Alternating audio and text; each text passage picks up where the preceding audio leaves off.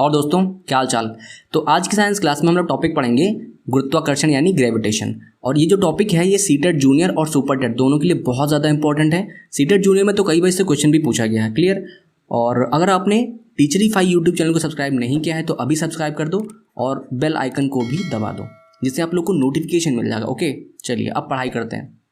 तो गुरुत्वाकर्षण क्या है, देखिए आपको सबको पता है कि कोई भी वस्तु हो पृथ्वी सभी को अपनी ओर खींचती है ना। तो इसका मतलब कहीं ना कहीं इसमें एक आकर्षण बल लग रहा होगा। तो न्यूटन ने ये चीज़ कही कि ब्रह्मांड में जितनी भी वस्तुएं हैं, न्यूटन ने कहा कि ब्रह्मांड में जितनी भी वस्तुएं, चाहे वो वस्तु कितनी ही छोटी क्यों ना हो, चाहे वो कितनी ही बड़ी क्यों ना हो, सभी एक दूसरे पर एक आकर्षण बल लगाती हैं, ठीक है। और इसी आकर्षण बल को उन्होंने कह दिया गुरुत्वाकर्षण बल। क्लियर है, इतना समझ में आ रहा है। तो अगर मैं आपसे कहूं कि हमारे पास ये दो वस्तुएं हैं, एक ये है एक ये है, ठीक, और इनका द्रव्यमान कुछ m1 और m2 है, इनके बीच की दूरी r है, हाँ r दूरी पर रखी हुई है, तो इनमें भी कुछ ना कुछ गुरुत्वाकर्षण लग रहा होगा। तो न्यूटन ने एक फॉर्मूला दिया है ना, उन्होंने कहा कि ये जो फोर्स होगा दोनों वस्तुओं के द्रव्यमान के गुणनफल है ना, दोनों वस्तुओं के द्रव्यमान के गुणनफल के अनुक्रमानुपाती होगा। और एक चीज़ कही उन्होंने कि जो फोर्स होगा दोनों वस्तुओं के बीच दूरी के स्क्वायर के व्युत्क्रमानुपाती होगा, है ना। इतना समझ में आया। अब इन दोनों चीज़ों को उन्होंने मिलाया तो ये कहा कि ये जो F हमारा है, ये जो फोर्स है, यहाँ पे देखें, ये जो फोर्स होगा ये अनुक्रमानुपाती हो किसके, m1 और m2 अपॉन r स्क्वायर। ये चीज़ उन्होंने कही। अब जब ये अनुक्रमानुपाती का साइन हटाया तो ये चीज़ निकल के आई कैपिटल G हमारा, ठीक। तो F जो फोर्स लग रहा था, जो आकर्षण बल लग रहा था, यानी जो गुरुत्वाकर्षण बल है, उसकी माप क्या होगी इन दोनों वस्तुओं के लिए, F equal to G m1 m2 upon r square, ठीक है। ये फॉर्मूला आप लोग थोड़ा सा ध्यान रखिएगा, बहुत ज़्यादा कुछ नहीं पढ़ना इसमें है, इतना फॉर्मूला ध्यान रखिए आप लोग, ठीक। चलिए अब और इस पर बात कर लेते हैं कि G क्या है, बाकी तो समझ में आ गई हमें। चलिए तो ये जो G है ये एक कांस्टेंट है ना, G एक हमारा कांस्टेंट बन के आया और इसका नाम दिया गया सार्वत्रिक गुरुत्वाकर्षण नियतांक। अब ये सार्वत्रिक का क्या मतलब है, सार्वत्रिक का मतलब है जो ऐसी चीज़ जो पूरी ब्रह्मांड में लागू हो, यानी जो G की वैल्यू है ना, G की value 6.673 into 10⁻⁻11 newton metre square पर kg स्क्वायर है ना। जो G की वैल्यू है ये ब्रह्मांड में सभी वस्तुओं के लिए इतनी ही होगी, है ना, चाहे वो सूर्य हो, चाहे पृथ्वी हो, चाहे आपकी पेंसिल या रबड़ क्यों ना हो, ठीक, सबके लिए होगी। चलिए इतना हो गया, तो इसीलिए इसको बोला गया सार्वत्रिक गुरुत्वाकर्षण नियतांक। तो जो पृथ्वी है ना, मैंने बताया कि पृथ्वी जो है इसी गुरुत्वाकर्षण बल के कारण ही अपनी ओर वस्तुओं को खींचती है। क्लियर, ये चीज़ हो गई। तो ये वैल्यू आप लोग को याद रखनी पड़ेगी, 2-3 बार आप बोलिएगा, 6.673 इंटू 10⁻⁻11 न्यूटन मीटर स्क्वायर पर kg स्क्वायर, ठीक। क्योंकि सीटेट में सुपर टेट में ये चीज़ डायरेक्टली पूछ ली जा सकती है कि इसकी वैल्यू क्या है। क्लियर। चलिए अब इसका जो हमारा मात्रक है ये आप लोग थोड़ा गलती कर सकते हो, है ना, शायद समझ में नहीं आया, वहाँ पे कैसे करोगे। तो इसके लिए आप लोग क्या करो कि आप इसका मात्रक मत याद रखो, इसका आप फॉर्मूला ही याद कर लो। फॉर्मूला क्या था हमारा, F equal to G m1 m2 upon r square, यही था। अब यहाँ से हमको G की वैल्यू निकालनी है, क्योंकि G का मात्रक निकालना है, तो G को इधर रखो, बाकी सब उधर भेज दो। तो ये हमारा डिवाइड में है, तो ये हो जाएगा F into r square upon ये m1 m2 इधर ले आओ, m1 और m2। अब G बचा, देखो सबको, आपको बाकी सबके तो हम मात्रक पता ही हैं, F का पता है, तो F का क्या होता है, फोर्स होता है न्यूटन हमारा, ये r है डिस्टेंस है, तो इसका हम लिख सकते हैं मीटर स्क्वायर अपॉन m और m द्रव्यमान है तो kg हो जाएगा, kg का स्क्वायर। तो हमारा वही आ गया मात्रक हमारा ना, न्यूटन मीटर का स्क्वायर अपॉन kg का स्क्वायर। क्लियर है।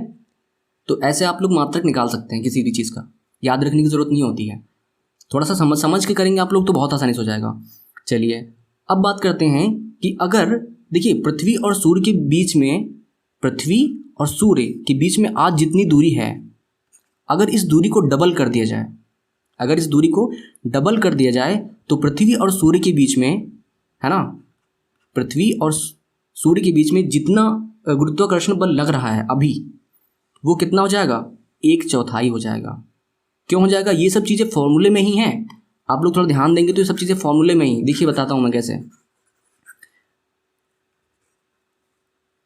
जैसे कि यहाँ पे क्या कहा मैंने कि जी तो उतना ही रहेगा, पृथ्वी और सूर्य का द्रव्यमान भी उतना ही रहेगा। मान लो पहले ये r था, अब ये डिस्टेंस को डबल कर दिया तो कितना हो जाएगा, है ना, डबल कर दो तो 2r हो जाएगा। अब 2r का स्क्वायर यानी 4r स्क्वायर, यानी जितना फोर्स पहले लग रहा था अब उसका कितना हो गया, 1/4 हो गया, 1/4 हो गया। यही चीज़ तो मैं कह रहा था, है ना।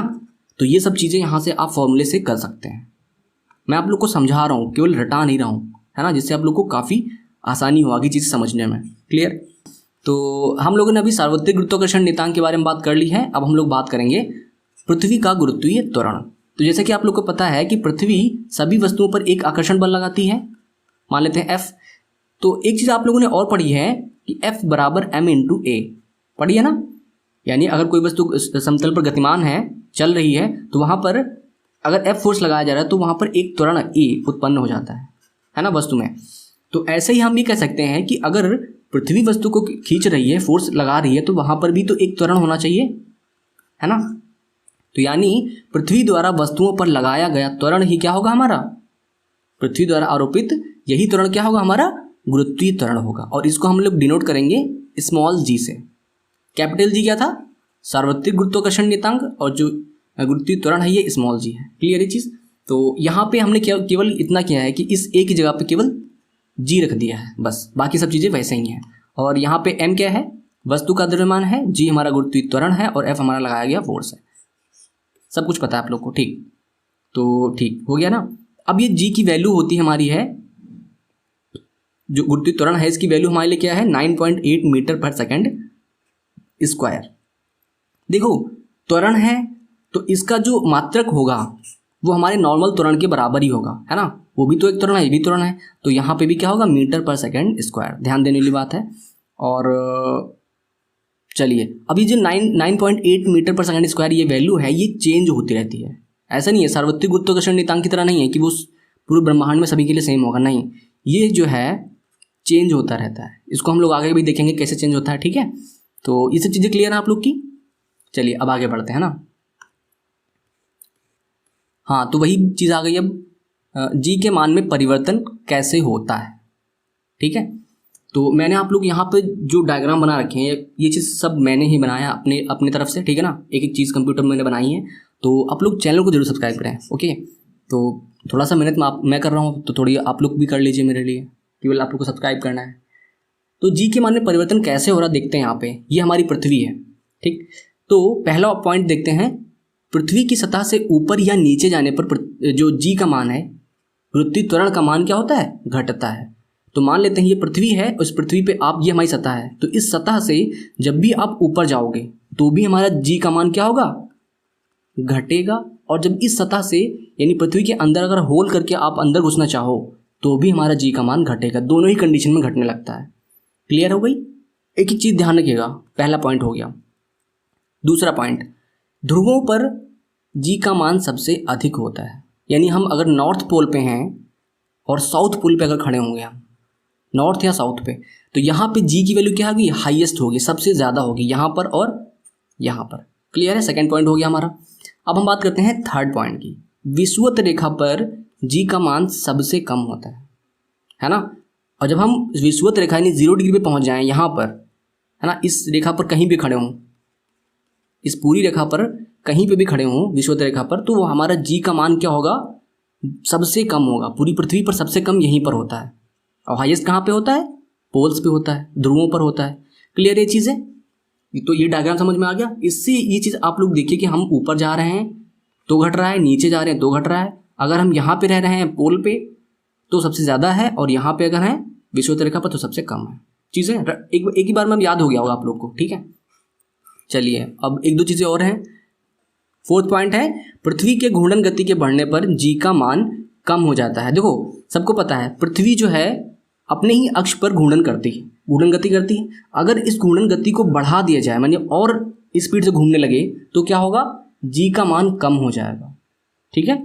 और ऐसे ही फिफ्थ पॉइंट है, अगर पृथ्वी के घूर्णन गति को घटा दिया जाए, घूर्णन गति का मान यानी जिस स्पीड से अभी घूम रही है इसको और कम कर दिया जाए तो क्या होगा, जी का मान बढ़ जाएगा। उल्टा है, जब घूर्णन गति बढ़ रही है तो जी का मान कम हो रहा है, अगर घट रही है तो जी का मान बढ़ रहा है।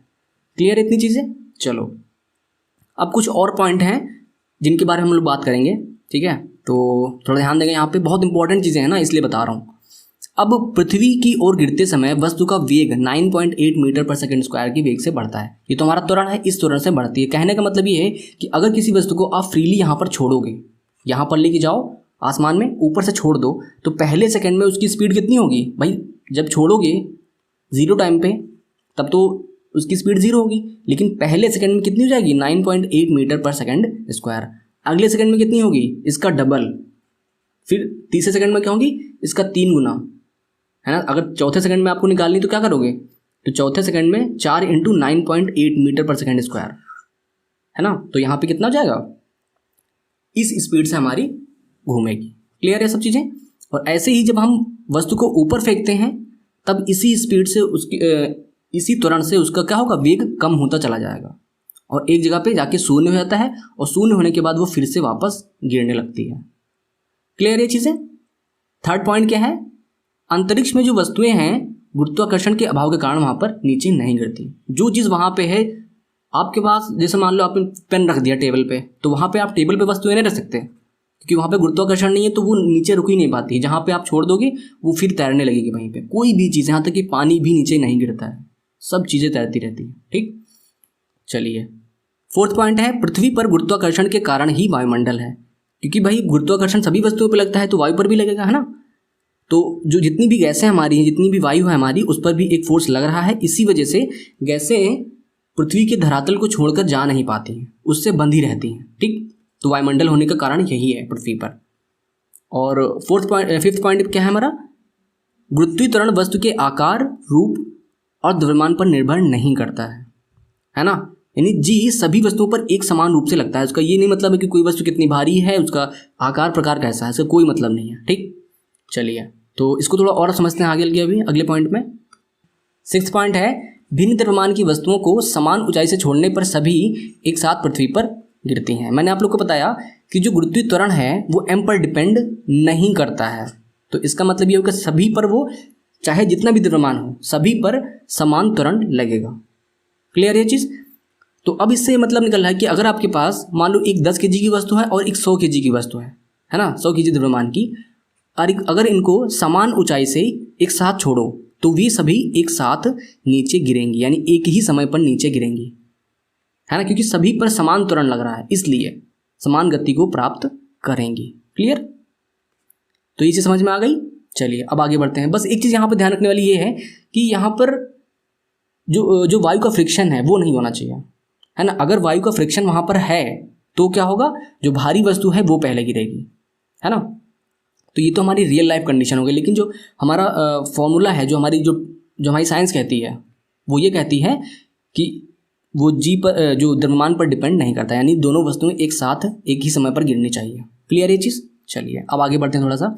देखिए अब जो टॉपिक है द्रव्यमान और भार बहुत ही इंपॉर्टेंट है, लेकिन क्योंकि इसमें बहुत लोग हमेशा कन्फ्यूज रहते हैं कि द्रव्यमान क्या है, भार क्या है, और भार को द्रव्यमान बोल देते हैं, द्रव्यमान को भार बोल देते हैं, है ना? तो इसको थोड़ा समझते हैं। पहले देखो द्रव्यमान क्या होता है। सभी वस्तुएं किसी न किसी द्रव्य से बनी हुई हैं, है ना? किसी न किसी द्रव्य से ही बनी हुई हैं, यानी कोई वस्तु जितने द्रव्य से बनी है, यानी द्रव्य की मात्रा, उस द्रव्य की मात्रा को ही क्या बोला गया? हमारा द्रव्यमान बोला गया। देखो यहाँ पे किसी वस्तु में उपस्थित कुल द्रव्य की मात्रा को ही द्रव्यमान कहा गया, जो कभी बदलता नहीं है ना? भाई जो वस्तु है अभी यहाँ पे ले जाओ, अभी 10 किलोमीटर दूर ले जाओगे, उसका द्रव्यमान बदल जाएगा क्या? नहीं बदलेगा वहाँ पे, क्योंकि वस्तु तो उतनी ही है ना, तो उसमें द्रव्य की मात्रा भी उतनी ही रहेगी। क्लियर ये चीज़? तो ये हमारा हमेशा कांस्टेंट रहता है। पहली बात, इसको m से हम लोग डिनोट करेंगे, और इसका मात्रा क्या होता है? kg होता है। 10 kg 5 kg सब क्या है? जब हम बोलते हैं 10 kg 5 kg तो ये क्या है? द्रव्यमान है। क्लियर ये चीज़? देखो अब इस द्रव्यमान को एक चीज़ और बोला गया, जड़त्व की माप। द्रव्यमान को जड़त्व की माप से बोला था कि अगर किसी वस्तु का द्रव्यमान ज़्यादा है तो उसका जड़त्व भी ज़्यादा होगा, अगर द्रव्यमान कम है तो उसका जड़त्व भी कम होगा। क्लियर है चीज़? चलिए तो ये तो हमारी द्रव्यमान की बात हो गई। अब हम लोग बात करते हैं भार की। क्या डिफरेंट है? देखो वो तो हमारी द्रव्य की मात्रा थी। अब यहाँ पे m द्रव्यमान की वस्तु पर, है ना, m द्रव्यमान की वस्तु पर पृथ्वी कितना फोर्स उस पर लगा रही है ना, पृथ्वी कितना फोर्स लगा रही है, इस फोर्स की माप को बोला गया भार, है ना। देखो वस्तु को पृथ्वी जिस बल से अपनी ओर खींचती है वो भार कहलाता है। इसको हम लोग रिप्रेजेंट करते हैं W से। अब इस हिसाब से तो क्या होना चाहिए, F बराबर m इंटू जी होना चाहिए, क्योंकि जो फोर्स लग रहा है वही हमारा भार है। बिल्कुल एग्जैक्टली यही चीज़ है। इस F को हमने केवल और W लिख दिया है, बस केवल W लिख दिया है और कुछ नहीं चाहिए। देखो यहाँ पे देखो W बराबर m इंटू जी, यही चीज़ हम लोग बात कर रहे थे वहाँ पे। क्लियर है चीज़? तो द्रव्यमान हमारा हो गया kg में। अब यहाँ से हमारा वो क्या निकलेगा, जो क्योंकि बल है तो बल का मात्रक हमको पता है क्या होता है, न्यूटन होता है। अब यहाँ से निकाल भी सकते हैं m इंटू जी। m को लिखेंगे हम kg में और g को लिखेंगे मीटर पर सेकेंड स्क्वायर, है ना। तो भार का मात्रक हो जाएगा kg मीटर पर सेकेंड स्क्वायर या न्यूटन डायरेक्टली, जो हमारा बल का मात्रक होता है। इसीलिए हम कहते हैं कि जो बल है वही भार है ना। क्लियर है चीज़? तो अब इसको थोड़ा सा और समझते हैं आगे चल के। देखिए चंद्रमा पर वस्तु का भार क्या होगा, है ना। अब हम पढ़ेंगे चंद्रमा पर वस्तु का भार। तो देखिए जो हमारी पृथ्वी है वो बहुत बड़ी है, इसकी त्रिज्या बहुत बड़ी है और इसका भार भी बहुत ज़्यादा है कंपेयर टू चंद्रमा। चंद्रमा काफ़ी छोटा है, इसकी त्रिज्या बहुत कम है, उसका भार भी बहुत कम है। इसलिए जो गुरुत्वीय त्वरण होगा पृथ्वी का ज़्यादा होगा और चंद्रमा का कम होगा। लेकिन कितना कम ज़्यादा है इसको थोड़ा समझते हैं। जो चंद्रमा पर गुरुत्वीय त्वरण है वो पृथ्वी के गुरुत्वीय त्वरण का 6वां भाग है। समझ आ रहा है? मतलब जितना गुरुत्वीय त्वरण पृथ्वी का है वो उसका 6वां भाग कर दो, डिवाइड बाय 6 कर दो, वो हमारे चंद्रमा के गुरुत्वीय त्वरण के बराबर होगा। ठीक है, यहाँ पे मैंने लिखा डायरेक्टली, आप लोग यहाँ पे ध्यान दो कि चंद्रमा पर गुरुत्वीय त्वरण जो होगा जी का, यानी पृथ्वी के जी का 1/6 है। अब यहाँ पे देखने वाली बात यह है कि W बराबर m इंटू जी होता है और m तो भाई चेंज नहीं होना है एक वस्तु के लिए, भाई द्रव्य है ना वो, तो कोई वस्तु जितने द्रव्य से बनी है वो द्रव्यमान है, तो वो तो कहीं भी चेंज होने वाला, जहाँ चाहे आप चंद्रमा पे चले जाओ, चाहे सूर्य पे चले जाओ, चाहे पृथ्वी पर रहो, चाहे पृथ्वी के अंदर घुस जाओ, कहीं भी जाओ नहीं चेंज होगा। क्लियर? तो अब चेंज क्या होगा हमारा, जी, क्योंकि जी बदल रहा है। तो यहाँ पे देखा हमने जी 1/6 हो गया है, तो जो चंद्रमा पर वस्तु का भार होगा वो पृथ्वी के वस्तु के भार का कितना हो जाएगा, 1/6 हो जाएगा। आ रहा है समझ में? क्योंकि वो डायरेक्टली जी पर डिपेंड कर रहा है। अब थोड़ा सा और समझो इसको एक एग्जांपल समझते हैं। मान लो किसी वस्तु का द्रव्यमान m 10 kg है ना, ये सीटेट में आया हुआ है, वही बता रहा हूँ मैं। m कितना है, 10 kg है, तो पृथ्वी पर उसका भार कितना होगा, W कितना होगा भाई, m इंटू जी, 10 इंटू 9.8, कुल मिला के हो जाएगा ये 98 न्यूटन, इतना भार हो जाएगा, 98 न्यूटन। क्लियर?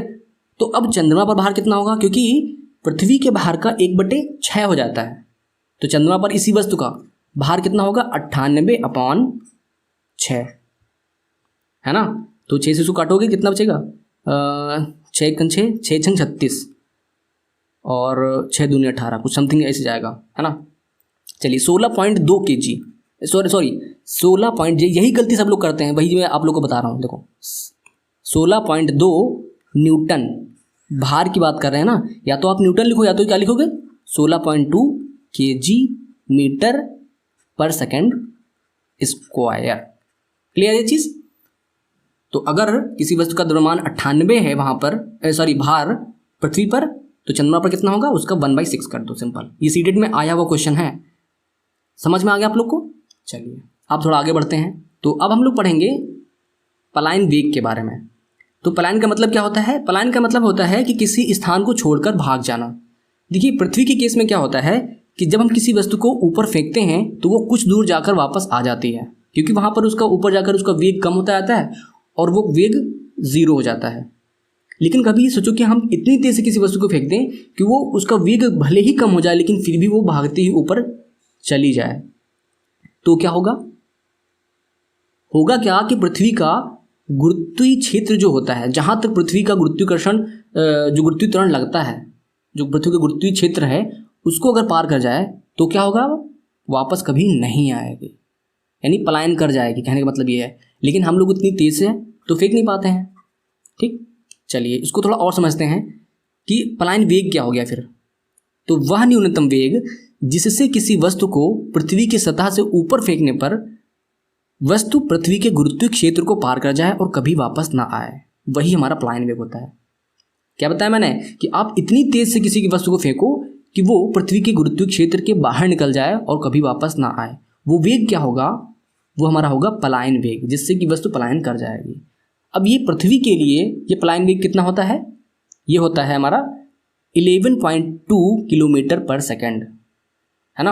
यानी 11 किलोमीटर प्रति सेकेंड की स्पीड से अगर किसी वस्तु को हम नीचे से फेंकें तो वो कभी भी वापस नहीं आएगी, क्योंकि वो गुरुत्वाकर्षण क्षेत्र को पार कर जाएगी। क्लियर।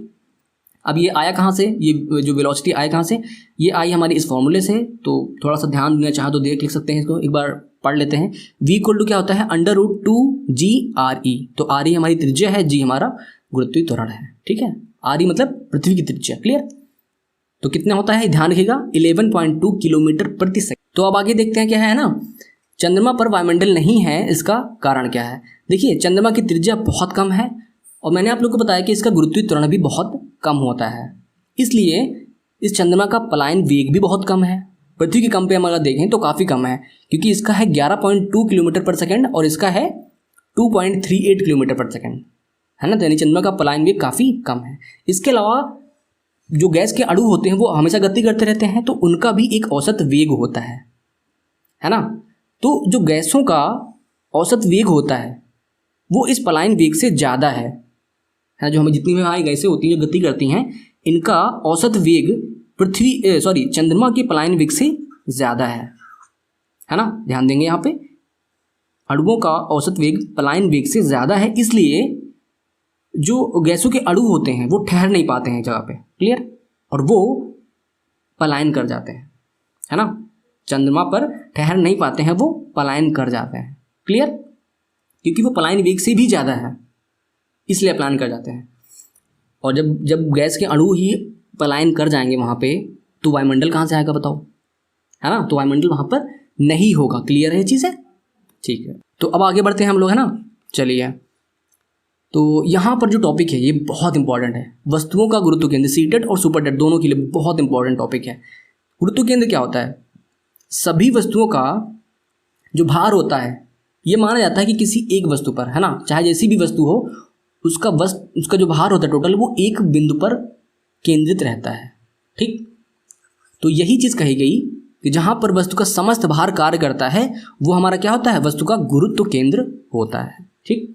तो हमसे ये पूछा जाएगा कि इस वस्तु का गुरुत्व केंद्र कहाँ पर होगा, डायरेक्टली बस इतना ही पूछेगा और कुछ नहीं पूछेगा।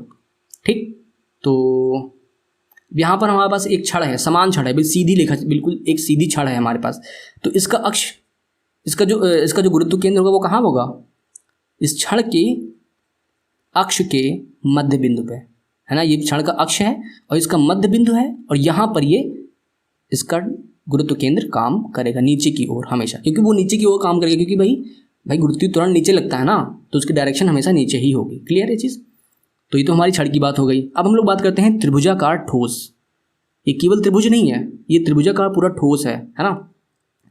तो इसका कहाँ पर गुरुत्व केंद्र काम करेगा, ये काम करेगा इस त्रिभुजाकार ठोस की मध्यकाओं के कटान बिंदु पर, है ना। इस जैसे त्रिभुज बनाया, इसका क्या है, मध्यकाएं खींचो, और मध्यकाएं जहाँ पर कट करेंगी एक दूसरे को, वहाँ पर नीचे की ओर W काम करेगा। मध्यकाएं क्या होती हैं, शीर्ष से उसके सम्मुख भुजा पर सम्मुख भुजा के मध्य बिंदु को मिलाने वाली रेखा, ये क्या है, मध्यकाएं है। ठीक। क्लियर है चीज़। आप लोग को ये थोड़ा सा मैथ में आप लोग को पता होगा, नहीं पता तो बता ही दिया मैंने। ठीक। अब बात करते हैं गोले की, या कोई वृत्ताकार आपके पास प्लेट है या पटल है ना, वृत्ताकार पटल या गोला है, ठोस गोला है, उसकी बात करते हैं। तो इसका जो हमारा गुरुत्व केंद्र होगा वो कहाँ पर काम करेगा, इस वृत्त के, इस ठोस गोले के केंद्र पर, है ना, सेंटर पर काम करेगा। क्लियर है चीज़। तो आसान है, खैर कोई दिक्कत ही नहीं यहाँ पे। इसके अलावा जब हम आयत या वर्ग की बात करते हैं तो वो कहाँ पर काम करेगा, तो वर्ग या आयत के जो विकर्ण होते हैं, है ना, विकर्ण जहाँ पर प्रतिच्छेदित करते हैं, एक दूसरे को कट करते हैं, वहाँ पर काम करता है नीचे की ओर, हमेशा की नीचे की ओर हमेशा काम करेगा। क्लियर। और यार ये सब चीज़ें मैंने खुद अपने हाथ से बनाई हैं, एक एक अक्षर, एक एक डायग्राम, कलर और सब कुछ मैंने ही अपने आप किया है, तो काफ़ी मेहनत लगती है इसमें, है ना। तो यार प्लीज़ आप लोग चैनल को सब्सक्राइब करो और लोगों को शेयर करो, है ना। और ये चीज़ें हमेशा होती रहेंगी जब तक हम लोग का एग्ज़ाम नहीं निकल जाएगा तब तक। ठीक, चलिए तो कुछ और भी चीज़ें आगे देखते हैं हम लोग यहाँ पे। शंकुआकार ठोस, एक शंकु है लेकिन ठोस शंकु है, तो इसका कहाँ पर काम करेगा। मान लो इसकी पूरी ऊंचाई h है, आधार से इसकी ऊंचाई कितनी है, h है, तो इसका गुरुत्व केंद्र कहाँ पर होगा, ये इस आधार से इस h ऊंचाई का 1/4 पर, यानी जितनी भी ऊंचाई है उसको 1/4 से डिवाइड करो और उतनी ऊंचाई मान लो यहाँ पर h/4, है ना, चौथाई ऊंचाई पर उसका केंद्र होगा, गुरुत्व केंद्र। ठीक, ये शंकु का ठोस की बात कर रहे हैं।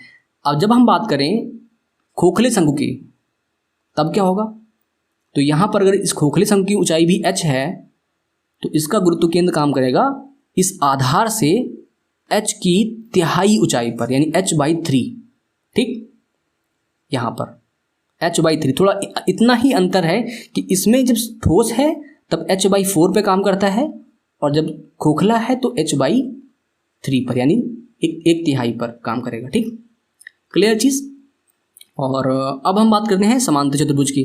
तो समांतर चतुर्भुज में भी जो उसके विकर्ण होते हैं उनके कटान बिंदु पर ही काम करेगा।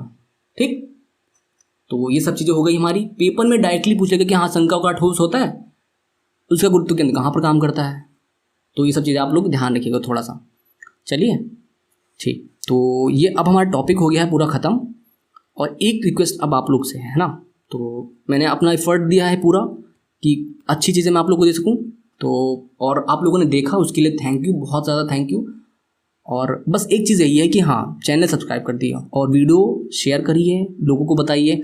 इसके अलावा जो 3 आप लोग आइकन देख रहे हैं, यूट्यूब पे तो है ही हूँ मैं, व्हाट्सएप भी है और फेसबुक भी। फेसबुक पे भी मेरा एक टीचरीफाइन चैनल से टीचरीफाइन नेम का एक फेसबुक पेज बनाया है, ठीक है ना। वहाँ पर भी आप लोग को शॉर्ट वीडियो मिल जाएंगी 3-3, 4-4 मिनट की, तो आप जहाँ पे जाओ वहाँ पे पढ़ने का मिले आप लोग को, है ना। फेसबुक पे भी ये नहीं वेस्ट कर रहे हैं टाइम, व्हाट्सएप पे भी टाइम वेस्ट कर रहे हैं, नहीं टाइम नहीं वेस्ट करना है, जहाँ पे जाओ वहाँ पे पढ़ने का कंटेंट मिले, है ना। तो ये चीज़ हमारी है। और अगर आपको फिर भी कोई प्रॉब्लम हो रही है तो मुझे व्हाट्सएप पे आप बोल सकते हो, मैंने नंबर भी दिया हुआ है आपको, है ना, 91 40 74 90 12, है ना, 91 40 74 90 12। ठीक है, डायरेक्टली आप मुझे बोल सकते हैं, बस चैनल सब्सक्राइब करो, क्योंकि चैनल अभी सब्सक्राइबर बहुत कम है मेरे, और ऐसे काम नहीं चलेगा ना। तो चलिए साथ में मिलकर पढ़ाई करेंगे हम लोग, है ना। चलिए ठीक है, तो अब अगली टॉपिक में मिलेंगे हम लोग अगली क्लास में। तो चलिए ठीक है ना, थैंक यू, बाय।